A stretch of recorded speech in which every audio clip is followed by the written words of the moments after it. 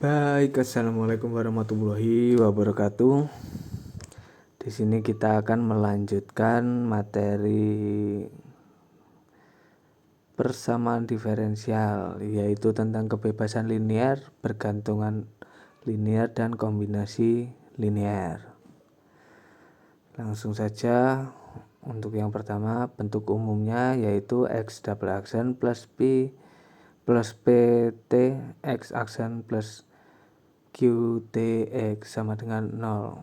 Jika y1 dan y2 solusi bebas linear, maka y sama dengan c1 y1 plus c2 y2 merupakan solusi umum. Nah, selanjutnya kita masuk ke kombinasi linear, di mana kombinasi linear itu bentuknya yaitu x sama dengan c1 x1 plus c2 x2. Nah, misalkan ada suatu fungsi yang merupakan kombinasi linear dari fungsi x1 dan x2, dikatakan kombinasi linear apabila x1 dikalikan c1 konstanta adalah x2 dikalikan c2 konstanta lalu dijumlahkan. Nah, maka dinamakan dengan kombinasi linear dengan syarat c1 dan c2-nya itu adalah konstanta. Nah, jadi kalau x1 dan c1 itu dikalikan dan x2 dan c2 itu dikalikan, dan di antara x1 dan x2 itu dibatasi dengan penjumlahan, maka itu merupakan kombinasi linear.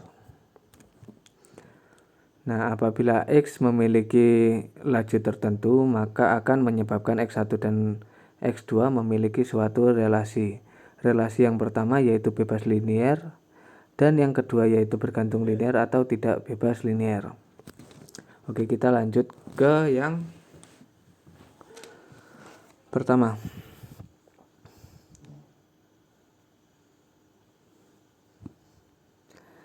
Yaitu kebebasan linear dan bergantung linear. Nah, yang pertama ini kebebasan linear ya.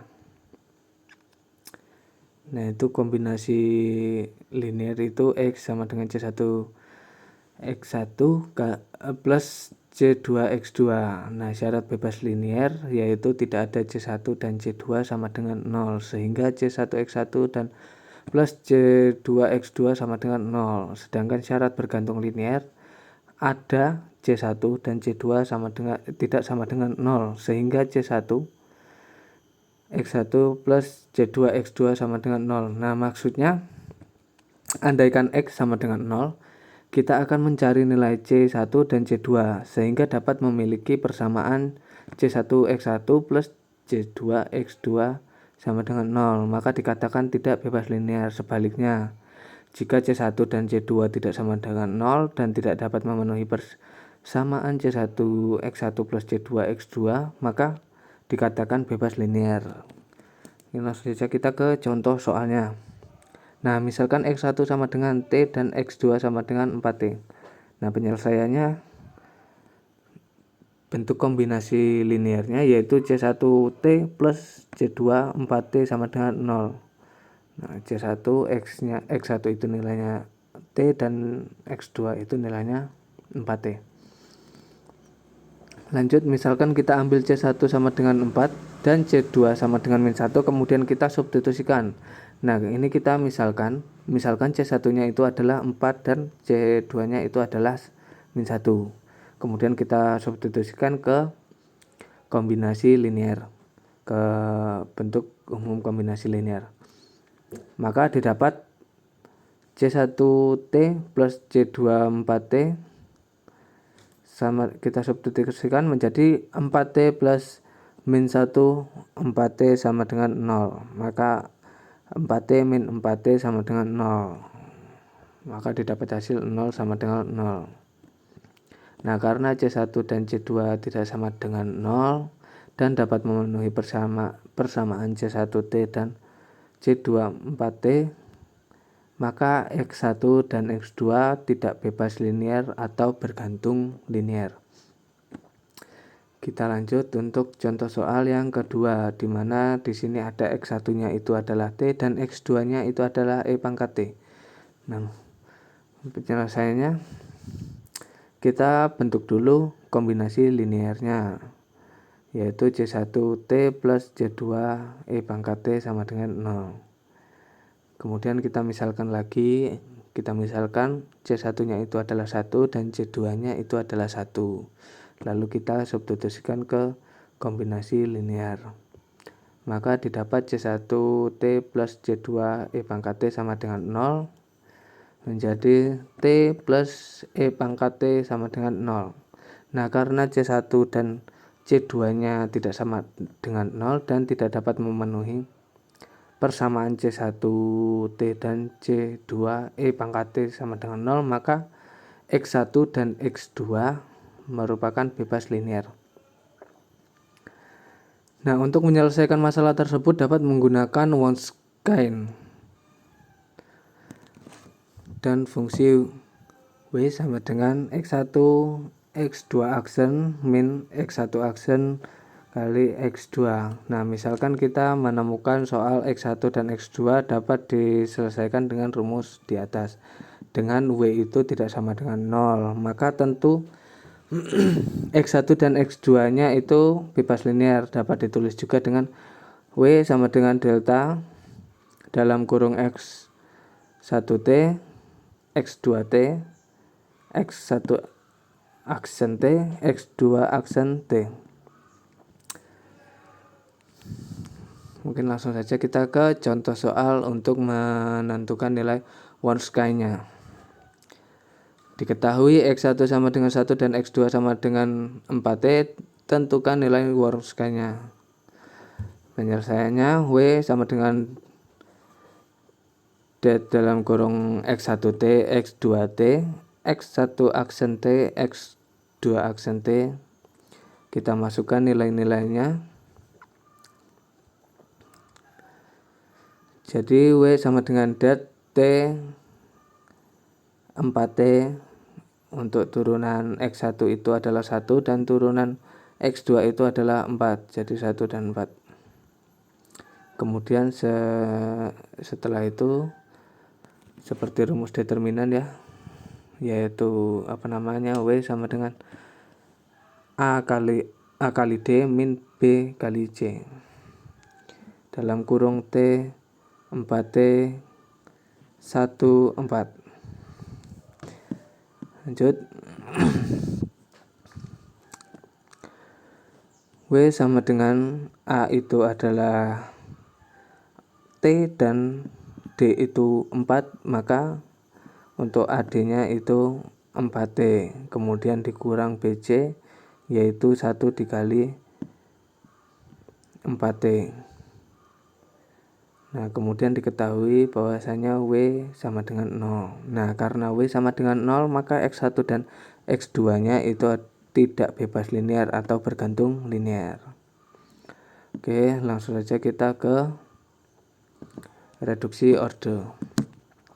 Nah, prinsip metode reduksi orde 2 yaitu reduksi. Nah, seperti yang kita ketahui bahwasanya reduksi itu adalah mengurangi. Berarti di sini kita akan mengurangi. Nah, bentuk umumnya yaitu Y double aksen sama dengan Fx Y aksen dengan Fxy adalah fungsi kontinu. Nah, langkah yang pertama, misalkan Y aksen itu adalah Z, dengan Z sama dengan Zx, atau Z merupakan fungsi dari Z itu sendiri, maka diperoleh Y aksen sama dengan Z. Nah, persamaan diferensial orde 2 reduksi menjadi persamaan diferensial orde 1, yaitu Z aksen sama dengan Fxy, dan cari penyelesaian untuk Z. Lalu kita substitusikan Y aksen sama dengan Z dan cari penyelesaian untuk Y. Penyelesaian akhir yang akan diperoleh dua konstanta sembarang yaitu K1 dan K2. Terdapat dua jenis syarat untuk mendapatkan penyelesaian tunggal, yaitu syarat awalnya Yx0 sama dengan A dan Y aksen X0 sama dengan B, dan syarat batas Yx1 sama dengan A, kemudian Y aksen X2 sama dengan B. Kita langsung masuk ke contoh. Selesaikan masalah nilai batas bersama diferensial X, Y double aksen plus Y aksen sama dengan 0, di mana Y1 sama dengan X dan Y3 sama dengan 0. Penyelesaiannya langkah 1, kita ambil Y1 sama dengan ZX, maka diperoleh Y double aksen sama dengan Z aksen. Nah, langkah yang kedua kita substitusikan langkah pertama ke dalam soal. Jadi kita rubah yang tadinya Y itu menjadi Z, menjadi X Z aksen plus Z sama dengan 0.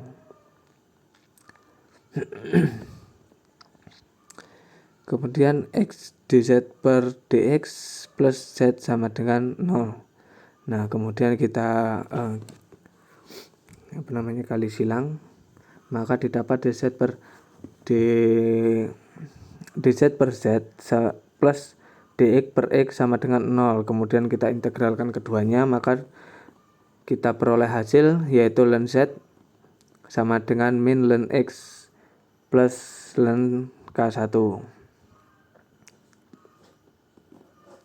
Kemudian kita substitusikan. Nah, seperti yang kita ketahui, kalau semuanya ln itu kita bisa sederhanakan. Nah, dimana ln X plus K1 itu kita bisa sederhanakan karena itu ada min, maka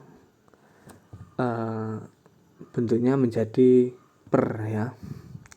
Jadi Z sama dengan K1 per X. Nah, itu merupakan sifat log natural. Kemudian langkah yang ketiga kita substitusikan Z ke Y aksen.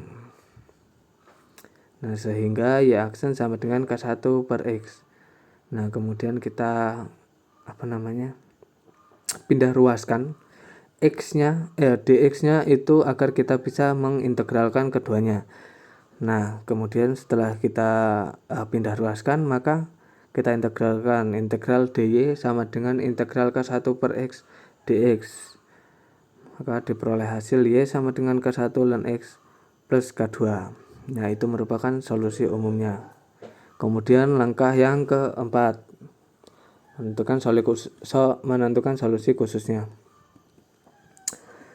Dimana menentukan solusi khusus ini kita mencari nilai dari konstanta 1 dan konstanta 2. Kita mulai untuk batas yang awal dulu, yang Y1 sama dengan 1, dimana nilai Y-nya itu 1 dan nilai X-nya itu juga 1. Maka Y sama dengan K1 ln X plus K. Kita masukkan 1 sama dengan K1 kali 0 plus K2, maka sama dengan K2 sama dengan 1. Kemudian kita substitusikan lagi untuk Y sama dengan 0 dan X sama dengan 3. Maka Y sama dengan K1 ln X plus K2. 0 sama dengan K1 ln 3 plus K2-nya tadi 1.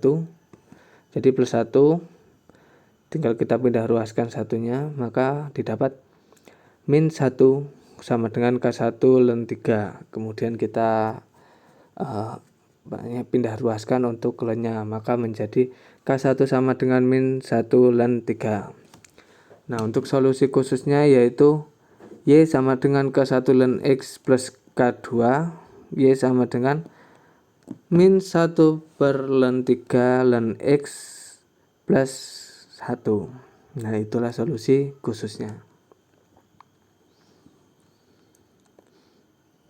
Baik, mungkin itu saja yang dapat saya sampaikan. Kurang lebihnya saya mohon maaf. Saya akhiri. Wassalamualaikum warahmatullahi wabarakatuh.